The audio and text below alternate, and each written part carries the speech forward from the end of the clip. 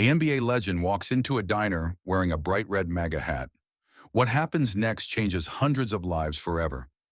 This is the untold story of how Shaquille O'Neal's controversial dinner stop sparked a movement that transformed an entire community. Inside, the air feels charged, as if everyone senses something momentous looming. Shaq settles into a corner booth, his enormous frame nearly swallowing the seat. His eyes flick over the menu, but from the corner of his vision, he notices a group of bikers whispering among themselves. They exude a raw intensity. Leather jackets, scuffed boots, steely gazes. You can practically smell the engine oil and adrenaline. The jukebox hums with an old country tune. Soft chatter from a few remaining patrons blends with the rattle of utensils. Outside, headlights flash through shaded windows, the only sign of movement on a quiet highway. Shaq, lips pressed together in concentration, wonders if his hat is truly worth the tension building in the room. He can't ignore the stares. The fluorescent lights make the red letters on his cap impossible to miss. Suddenly, one biker, a wiry, intense fellow, leans over, sending an unmistakable challenge across the diner. The clink of plates stops. A couple in the next booth glances nervously at each other. Sensing the escalating vibe, Shaq grips the edge of his table. He's seen crowds roar his name in packed arenas, but this tension feels different. Raw, personal, and loaded with assumptions far beyond basketball. "Hate to break it to you," the wiry biker mutters, stepping closer. "But that hat doesn't fly around here." His tone drips with both anger and curiosity. Shaq stays seated, voice calm yet firm. "I'm just here to eat, my friend. Last I checked, it's a free country." The biker's eyes narrow. Chairs scrape as more from his group stand. Tension thickens, and the diner's background hum fades into anxious silence. Some folks discreetly reach for their phones, poised to call for help if things explode. Shaq takes a steadying breath, reminding himself to stay composed. Beyond this confrontation, another story quietly unfolds. A hospital in dire need, a woman named Linda fighting for her life, and a veteran who will change Shaq's outlook forever. But first, the storm in the diner must play out. Shaq meets the biker's gaze. Both men hold their ground. For a heartbeat, it seems no one dares breathe. Then something shifts behind them. A quiet figure in a dimly lit booth stands up, ready to intervene. And that's when everything changes. Momentum builds as the wiry biker taps a finger on Shaq's table, rattling the salt and pepper shakers. "Yeah, you got freedom," he growls, "but there are places your kind of statement isn't welcome." A few more bikers push back chairs, leather creaking with each movement. The diner's hush amplifies every small sound, from a cooling fan whirring in the kitchen to the faint jukebox tune. Another biker steps forward, voice dripping with mockery. "You think wearing that hat makes you brave?" Shaq remains seated, body coiled like a spring. He knows standing up would emphasize his height, possibly escalating the threat. Still, he speaks in a measured tone. "I'm here to eat and go." Simple as that. Suddenly, from the far corner, a deep voice rings out. "Fellas, leave the man be." Heads turn. The speaker is Joe, a quiet Navy SEAL veteran in a weathered jacket, with a limp barely noticeable unless you're watching closely. Joe steps into the light. His presence alone shifts the dynamic. A new conflict emerges. The bikers against an unassuming but seasoned soldier. The wiry biker sizes Joe up. A sneer crosses his face. "Got some interference here, do we?" he spits. Joe doesn't flinch. "I've seen worse than a diner scuffle," he says, voice calm but purposeful. "Why don't we talk instead of throw fists?" The tension in the room crackles. Nobody expects violence to simply vanish, yet Joe's unwavering demeanor holds them at bay. Shaq shifts, grateful to see someone else stepping up. He catches Joe's eye and nods in silent thanks. Outside the diner, an engine revs. One of the bikers, impatient, steps out to check the street. Inside, the temperature feels like it's climbing. The waitress stands frozen, order pad trembling in her hand. A standoff forms. Joe on one side, bikers on the other, Shaq still in the crosshairs. In mere moments, each person's decision will determine whether this night ends in chaos or a surprising turn of fate. Eyes flick from man to man, hearts pounding. Then with a curt snap of his fingers, the wiry biker signals his crew. They move in, prepared for anything. Joe takes a single step forward, unwavering, just steps away from Shaq's booth, ready for confrontation. Joe's calm voice slices through the tension like a blade. Listen up. The bikers pause, exchanging wary glances. Even the wiry one, so eager to challenge Shaq moments ago, hesitates. This isn't about politics, or shouldn't be, Joe says, scanning the circle of hostile faces. I fought so we could all speak freely, believe differently, and still stand under the same flag. You picking a fight with a stranger over a hat? That's not freedom. That's fear. Shaq watches, heart pounding. At 7 feet tall, he's familiar with intimidation. But Joe's authority doesn't stem from size. It pours from life experience etched into his features. Shaq wonders how many battles Joe has survived to be so composed now. The bikers shuffle their feet. The wiry man eyes Joe's limp. You think you're better than us? He hisses. Joe shakes his head. Just someone who's seen enough hatred to know it never solves a thing. The tension lingers, but the bikers are no longer united in their malice. Some glance at the door, grappling with whether to stand down or push forward. Shaq, sensing an opening, gently stands up, still dwarfed by his own stature, yet careful. I don't want trouble, he says, voice resonating. I just want to share a meal in peace. Joe adds softly, we're all on the same team, even if we don't realize it. This is one country. If you have a problem with his hat, talk it out, but don't threaten him. His words hang, and for a beat, everything remains still. Sweat beads on the wiry biker's brow as he meets Joe's steady gaze. At last, he grunts something unintelligible and waves off his companions.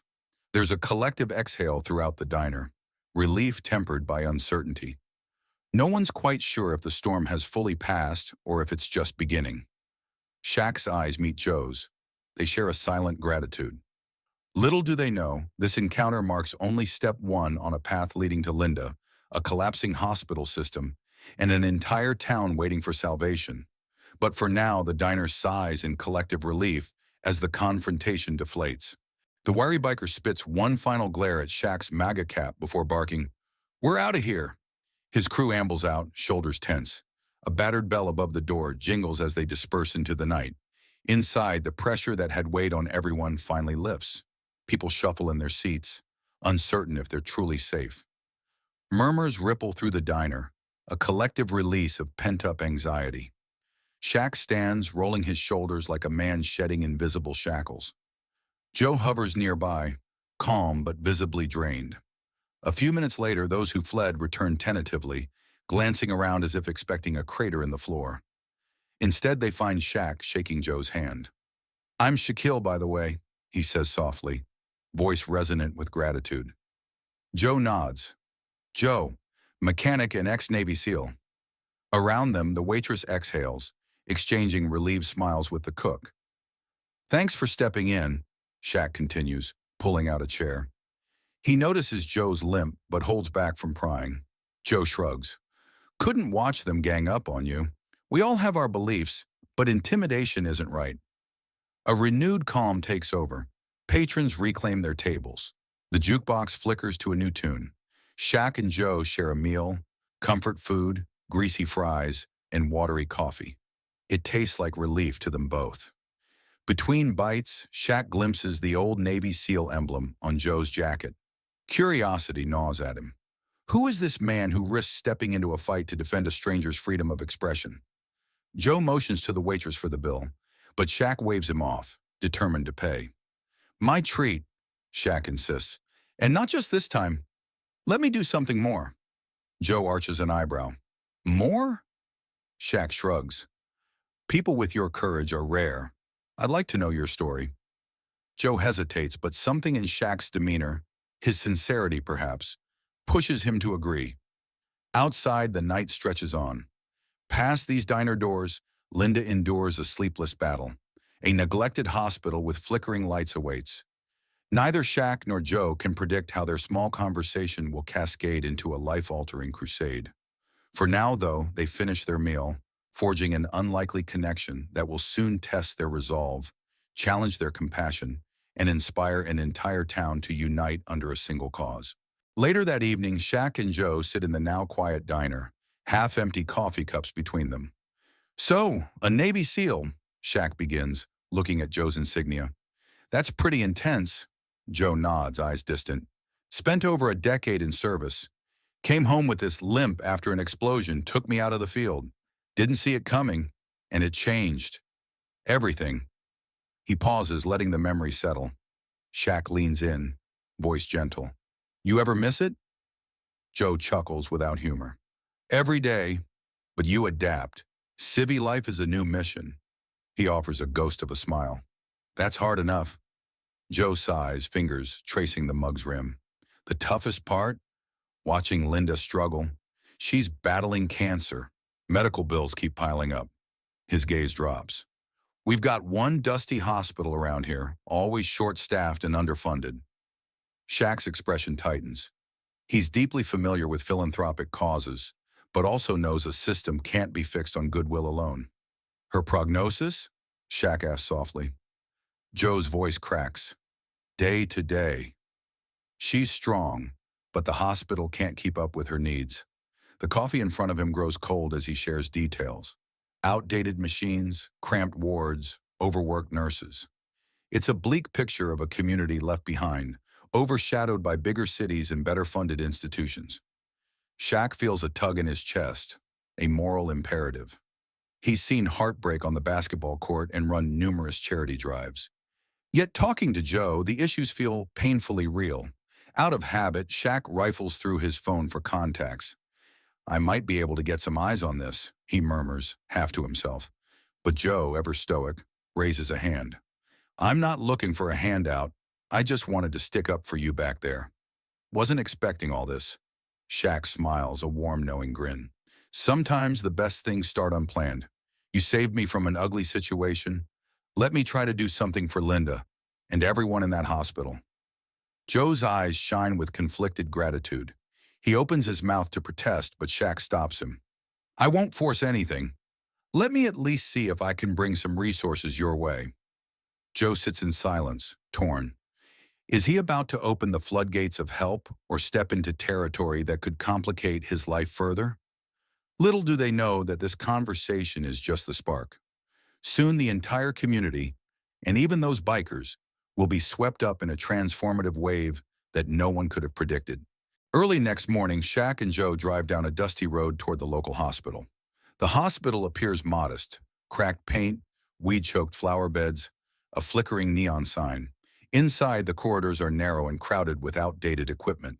A handful of nurses juggle too many tasks. The faint odor of antiseptic hangs in the air, mixed with the metallic tang of old machinery. Anyone walking these halls can sense the struggle within. Linda's room is at the end of a dim corridor. Shaq braces himself, unsure what to expect. Joe nudges open the door, revealing Linda propped against flat pillows. Her face is pale, eyes shadowed by exhaustion. Yet a glimmer of relief washes over her features when she sees Joe. Moments later, her gaze shifts and recognition dawns. "Shaquille O'Neal?" she says, voice trembling with disbelief. Shaq smiles. "Just call me Shaq," he murmurs, gently taking Linda's hand. A wave of sympathy floods through him. He's visited many hospitals, yet this one stands out for its dire conditions. The overhead monitor beeps intermittently, worn from years of overuse. Linda's IV stand squeaks whenever she shifts. Outside Linda's room, the hospital director intercepts Shaq, trembling with excitement and desperation. "We're thrilled you're here," she says breathlessly. "Our patient load has doubled, but our budget's been slashed. Can you—" She stops, eyes pleading. Shaq nods, jaw set. He glances at Joe, who stands protectively by Linda's side. "I've seen enough," Shaq says gravely. "If you let me, I want to help." Joe lifts his gaze, and for the first time, Shaq notices hope replacing the fatigue in the veteran's eyes. Walking through the wards, Shaq sees children waiting for scans on ancient machines. He observes an elderly patient dozing in a hallway chair, no available bed in sight. The severity of the situation settles into his core. "I can't ignore this," he whispers, half to himself. "If I can channel resources and media attention, we could give these people a fighting chance." The seeds of a massive endeavor are planted. Questions loom. Will Shaq's celebrity connections lead to tangible change, or will bureaucracy stall progress? As Joe wheels Linda back from a painstaking test, Shaq stands in the corridor, mind racing with the possibilities. One cafeteria coffee break, one text message, one phone call could tip the balance between hope and despair for this entire hospital. The clock is ticking. That night, Shaq sits alone in a dim motel room. The wallpaper peels at the edges, and a single lamp illuminates scattered notes on the table. Sketches of fundraising ideas, contact lists, scrawled budgets. He paces, phone in hand, consciousness buzzing with the image of Linda's tired smile. He makes the first call, a longtime friend who spearheads charitable events. "I need help, fast," Shaq says, voice thick with urgency. He explains the hospital's conditions, the old equipment, the crowded wards, Linda's daily fight against cancer. "We can't just throw some money at it," he insists. "We need a large-scale initiative." Within hours, Shaq's advisors convene via conference call.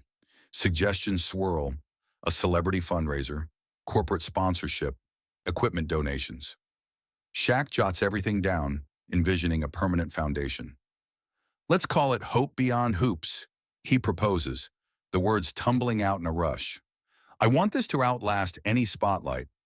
One advisor warns him, "If we do this, it's big. You'll need local leaders on board, press coverage for transparency, and a clear plan." Shaq nods, unflinching. "I'm ready," he says simply, recalling Linda's determined eyes. "We do it for her, for Joe's devotion, and for everyone stuck in underfunded hospitals." He calls Joe next.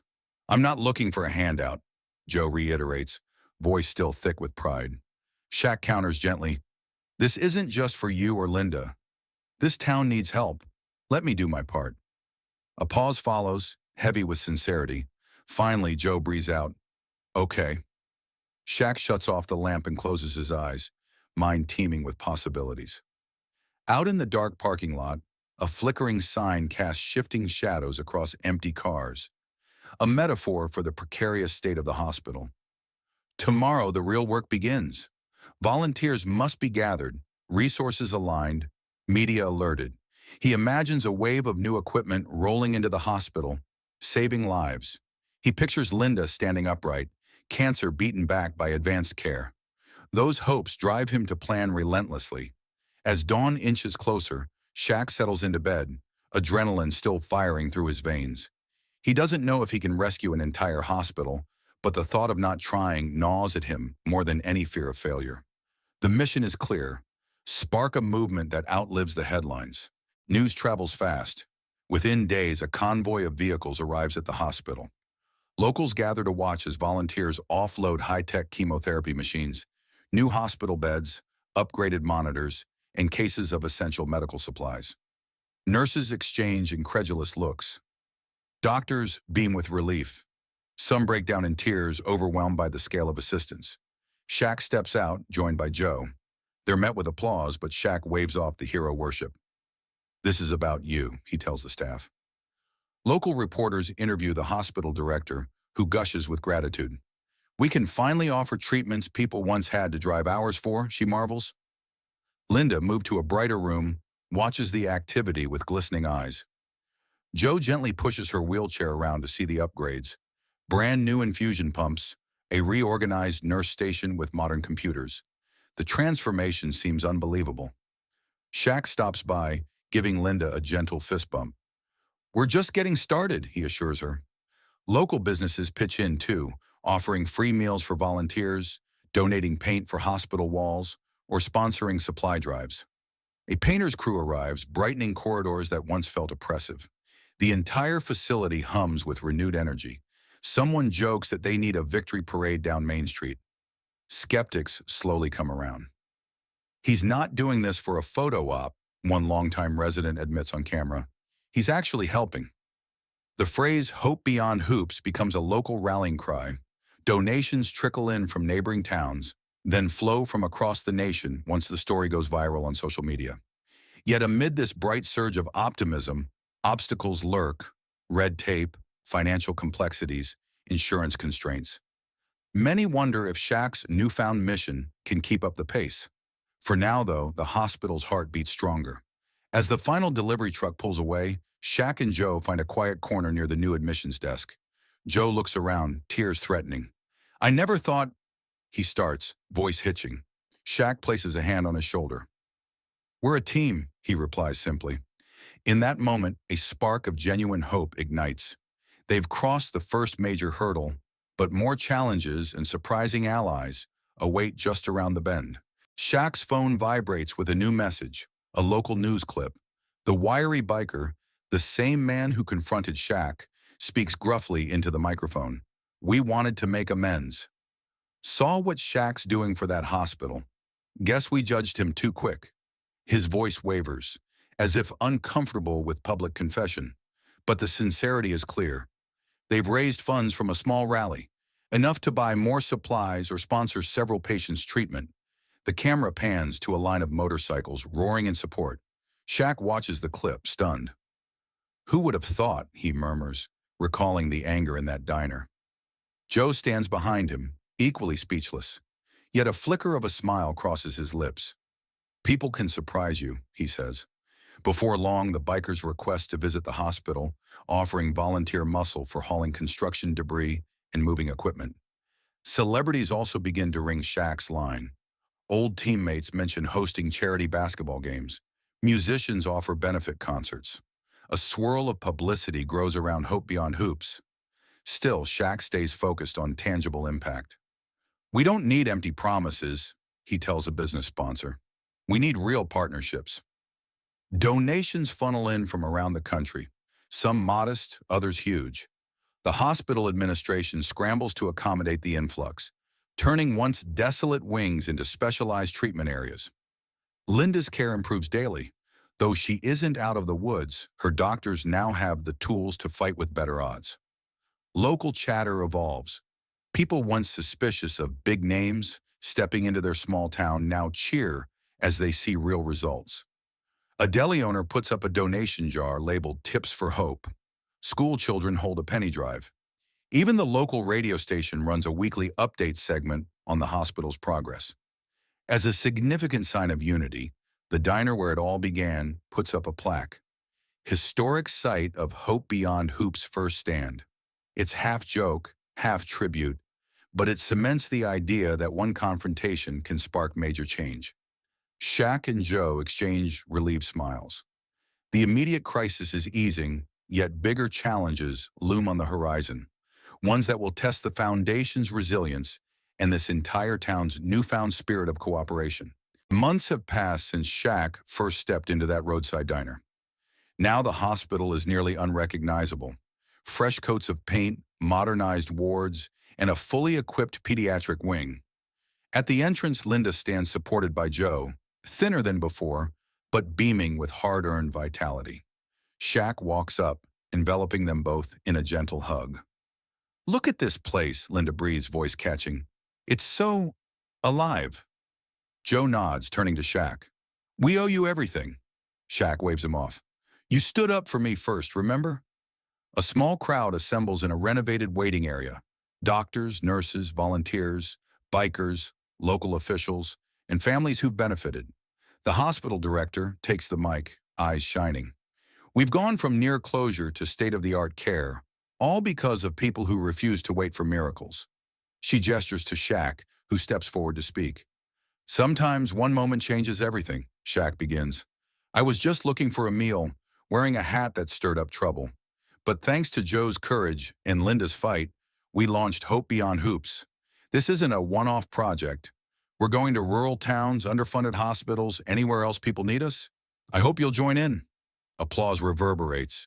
Joe grips Shaq's hand, voice thick. "I wish I had better words than thank you." Shaq smiles, replying gently, "Your actions said enough." The camera pans across the crowd, lingering on Linda, the bikers, and the grateful staff. They each represent a piece of the puzzle that came together in ways no one imagined when that fateful confrontation began.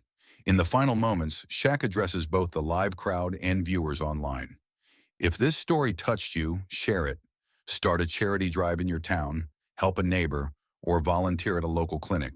Subscribe to our channel for updates on where Hope Beyond Hoops goes next. And remember, one person taking a stand can spark a tidal wave of change. As the day winds down, the sun sets behind the newly painted hospital facade.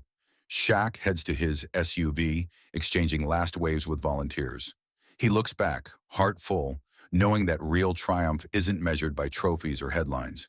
It's measured by the lives uplifted. In this town, once overlooked, now stands as a beacon of what compassion and unity can achieve.